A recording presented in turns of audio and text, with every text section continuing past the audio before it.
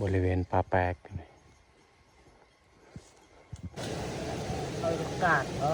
เขาดังไฟเรียบร้อยใส่พยางไว้ยานฝนตกของกินของเฮาก็ฟดแล้วตอนนี้เฮาก็ได้กลับแต่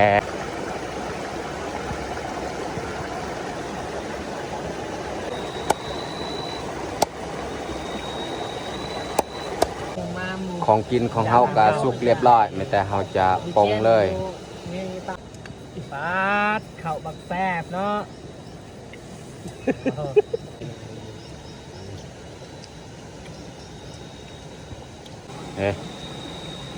ผลงานที่เขาได้ในคืนนี้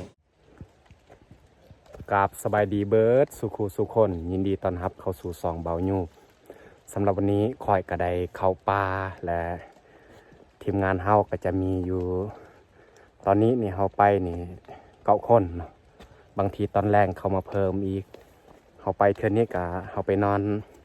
3 คืนเนาะ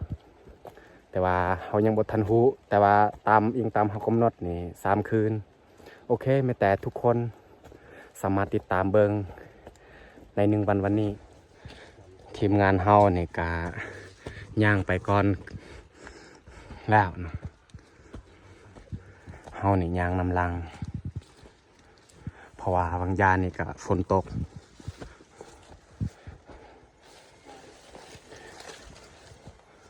บริเวณป่าแปลก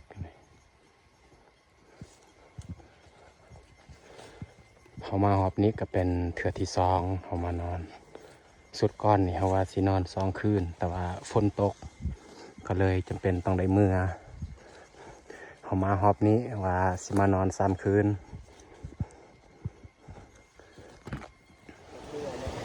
ตอนนี้ก็เขาย่างไปนี่ฮอดห้วยแต่ว่าเขาจะบ่พักเขาย่างต่อเลย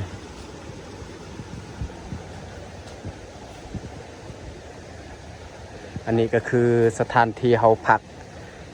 เขามาสุดก่อนเขาพักอยู่นี้สถานที่เขาพักบอนเก่านี่แหละ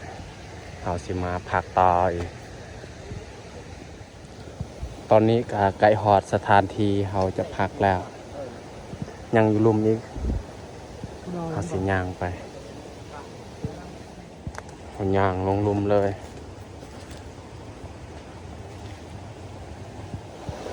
หันและที่พักเก่า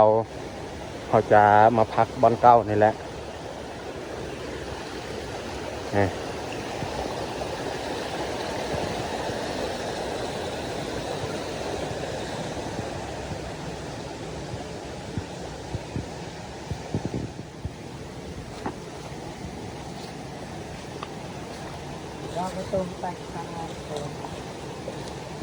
ไม่แต่เขาจะเตรียมดังไฟเลยง่ายดักหล่อง่ายติดกับใหญ่โดนจ้ะเอากาดเขาดังไฟเรียบร้อยแล้วได้กาดใส่พยางไว้ยานฝนตกใส่ไว้ก่อนจึงดีที่พักเขาก็เฮ็ดไว้สำเร็จเรียบร้อยนี่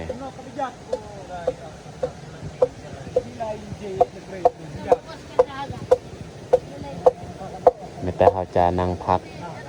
ตอนนี้ก็เวลา 11 โมงปลายแล้วสำหรับอาหารตอนเที่ยงนี่แมนนี่ก็เล่นนกคอนโดก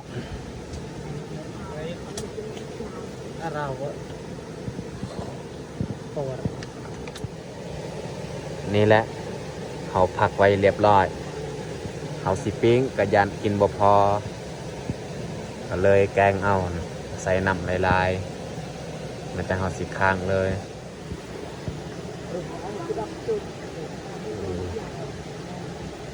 ไปเลยบ้า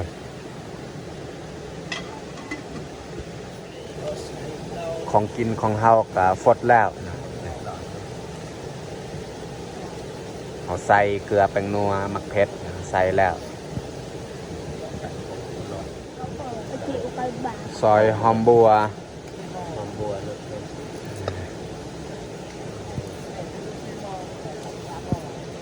3-4 หม้อเลยใส่ติวห้าง ของกินของเฮากับไก่สุกเอาใส่แล้วนี่อัดไว้ประมาณ1 นาทีกับเอาสิปรุงเลยเอาปรุงไว้เรียบร้อยทีมงานเฮานี่มายังบ่ทันครบจำเป็นต้องได้ทาของกินเฮากับ เดี๋ยวเล็งให้ดากเลยด่าแล้วเล็งมันกระถางมาแล้ว เต็มแต่น้ มันเลยได้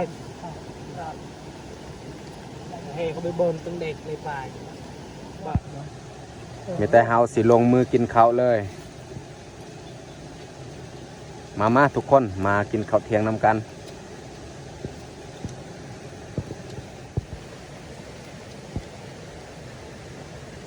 ได้จะปั่นนี่นะติ๊กหยอกเลย จะให้งอดเลยล่ะ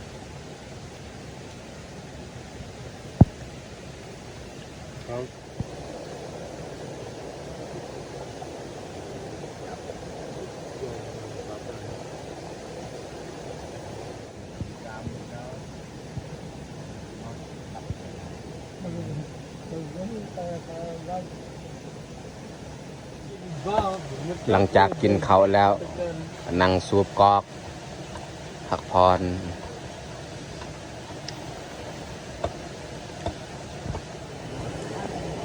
ตอนนี้เฮาก็ได้กลับ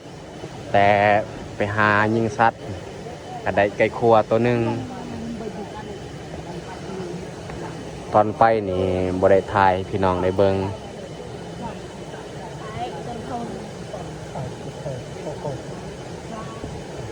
ไก่ครัวนี่แม่นเฮาสิเฮ็ดกินเลย โอ้เขาไปที่ไหน นี่อันนี้แม่นนกเฮาลกไว้เรียบร้อยนก2 ตัวแล้วก็กระเล่นตัวหนึ่งสำหรับผลงานที่เขาได้ในตอนแรงวันนี้นี่เขาสิเฮ็ดกินเบิดเลย ในหม้ออันนี้จะแม่นเขาที่เขาหุงไว้ คนที่บ่ได้ไปหาลาสัตว์หุงไว้เรียบร้อย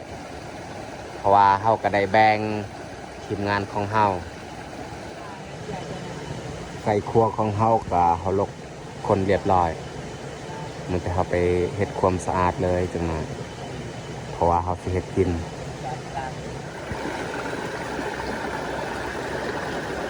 นี่แหละไก่ครัวของเฮานี่เฮาสิมาเฮ็ดความสะอาดอยู่นี่เลย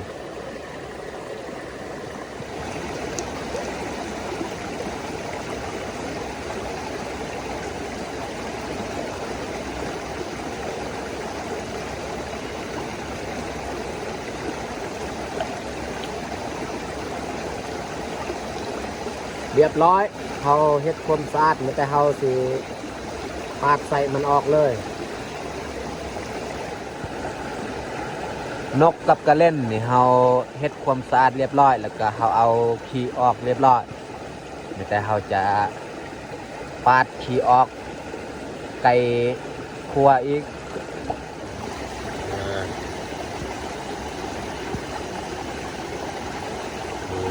แกะออกใส่ของมัน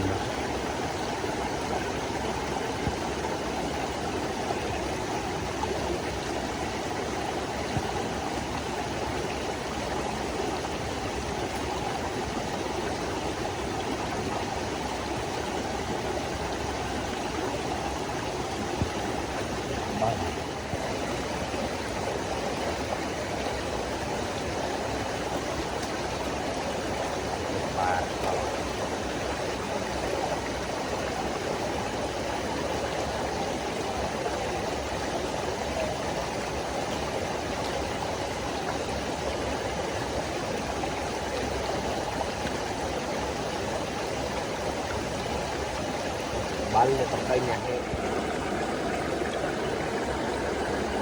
นี่แหละไส้นี่เขาเอาออกเรียบร้อยไส้นี่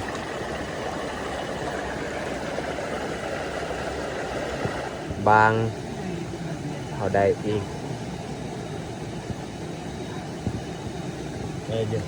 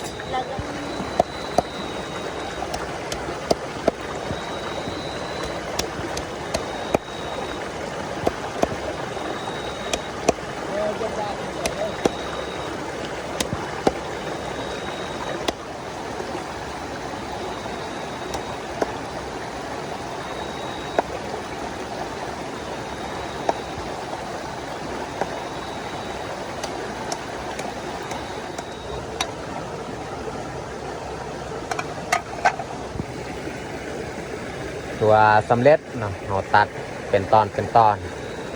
มีแต่เราจะใส่น้ำอีกหน่อยแล้วก็ไปค้างไว้ถึงใส่เครื่องปรุงมันบ่คืออยู่บ้านเราใส่เครื่องปรุงก่อนอยู่นี่เครื่องปรุงก็บ่ครบจังได้ก็บ่มีเครื่องหอมตอนนี้เราค้างไว้เรียบร้อยแต่เราจะซุ่มไฟเลย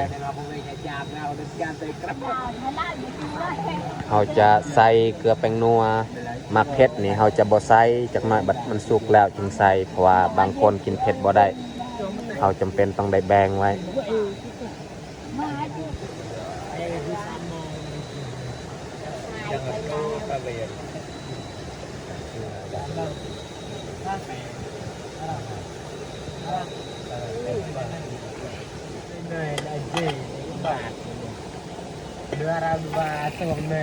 กดเรียบร้อยของกินของเรา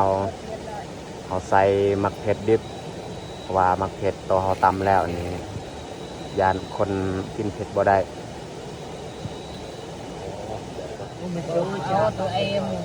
ของกินของเราก็สุกเรียบร้อยไม่แต่เราจะปรุงเลย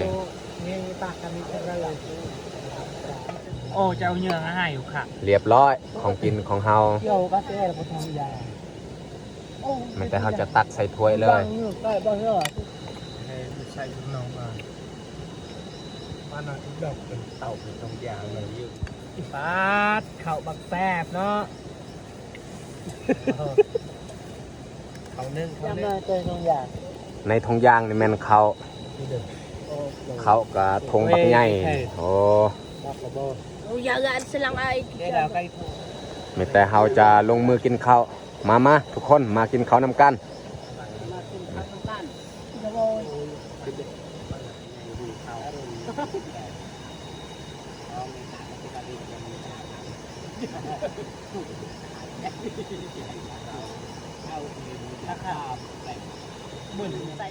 ลงแต่มีอะไรกินแต่มีไอกินไอเยอะของกินกันไล่เติมเลยmột vài chân đắng nó phải giảm người nữa ơi chân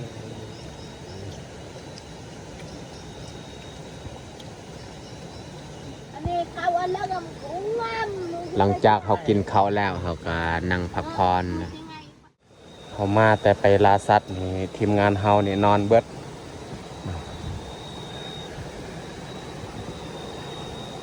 คนงานที่เขาได้นูของเฮานี่แมนโตแมน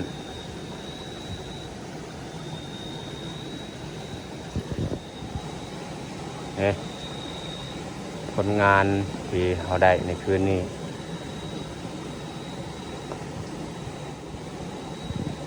มีแต่เฮาสิปะเพราะว่าตอนนี้ก็ดึกแล้วเฮาปะมืออื่นจึงเฮ็ด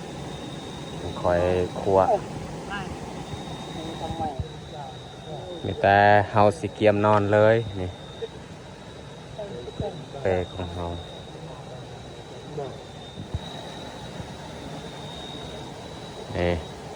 จะนอน แล้วเราจะมาเบิ่งผลงานก่อนนี่ผลงานบางตัวหนึ่งกับนูอีกนี่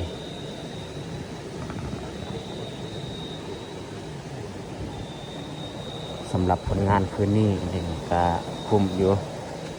นี่ตัวเมนอีกไม่แต่เฮาสีนอนก่อนอันนี้เมนผลงานของเฮาเอาไป3 คนอะไรเมนตัวนึงแล้วก็อันนี้ทีมอื่นอีกเพราะว่าเฮาแบ่งเป็นทีมแล้วไม่แต่เฮาสีนอนเพราะว่าตอนนี้ก็ดึกแล้ว